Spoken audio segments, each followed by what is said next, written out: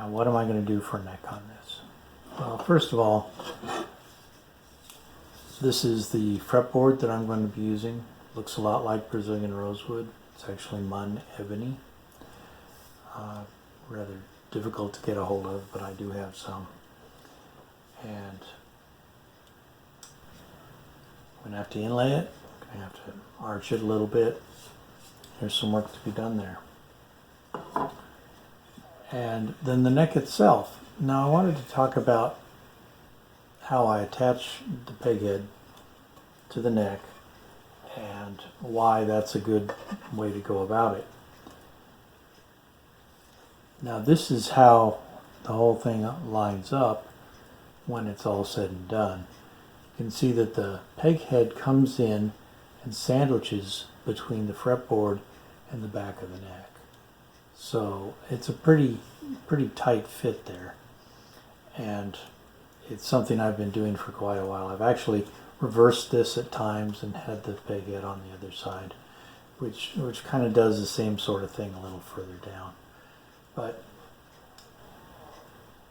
it's a concept that I originally saw on Irving Sloane's book, Making Classical Guitars, from way back in the 60s or early 70s, whenever it was published.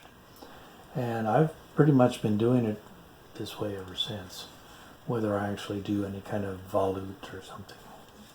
It's a stronger joint than just cutting this out of one piece of wood, because if you're doing one piece of wood, you have a very weak spot right at the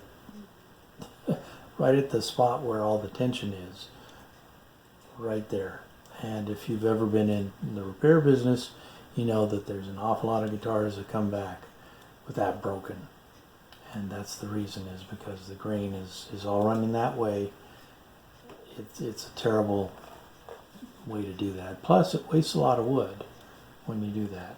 I have done it, so I'm not totally innocent, but I do feel that this is a far superior method. Now, I'm not going to talk about the V joint or any of that stuff. I don't do that. I've done it once or twice.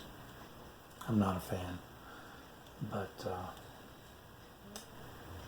if you're a purist for whatever reason,